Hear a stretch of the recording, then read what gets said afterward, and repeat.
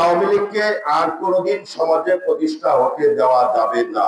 বরিশালে এক ওয়াজ মাহফিলে বিএনপি নেতা আবু নাসের মোহাম্মদ রহমতুল্লাহ অভিযোগ করেছেন, গত 15 বছরে স্বৈরাচারী আওয়ামী লীগের হাতে আলেম সমাজ লাঞ্ছিত ও হয়রানির শিকার হয়েছেন। তিনি বলেন, আওয়ামী লীগ নেতাকর্মীরা আলেম ওয়ালাদের বেইজ্জতি করেছে। ইসলামকে যারা কটাক্ষ আর কেউ করতে না পারে, ইসলামকে যারা গালিগালাজ করে, তারা যাতে আর কোনদিন এই দেশে নির্বাচিত বা ক্ষমতায় আসতে না পারে।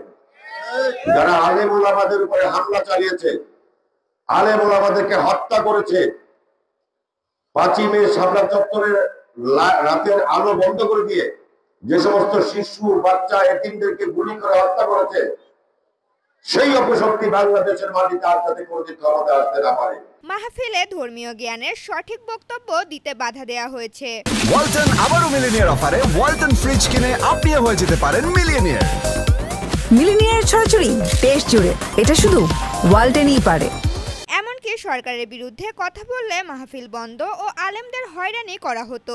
জনাব আরাফাত রহমান কোকো, তিনি ইন্তেকাল করার পরে জানাজার নামাজ, ওই সময় মসজিদের খতিব সাহেব জানাজার নামাজ যে ইমামতি করেছেন, সেই অপরাধে আর কোনদিন তাকে বাইতুল মোকাররমের খতিবগিরি করতে দেওয়া হয় না।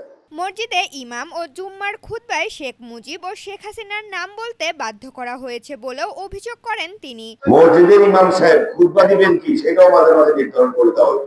শেখ মুজিব ছাড়া আর কারো নাম বলা যাবে না।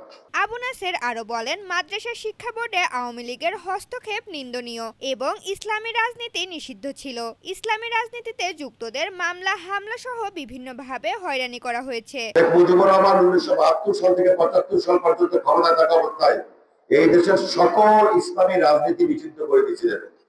একমাত্র তার দল ছাড়া কেউ রাজনীতি করতে পারত না। বিএনপির ভারপ্রাপ্ত চেয়ারম্যান তারেক রহমানের নেতৃত্বে আগামীর বাংলাদেশ উন্নত ও সমৃদ্ধশীল হবে বলে আশা প্রকাশ করেন তিনি। উক্ত মাহফিলে জোনপুরি পীর সাহেব, আবু মোজাফফর, আনাস সিদ্দিকী সহ স্থানীয় বিএনপি ও অন্যান্য ব্যক্তিবর্গ উপস্থিত ছিলেন।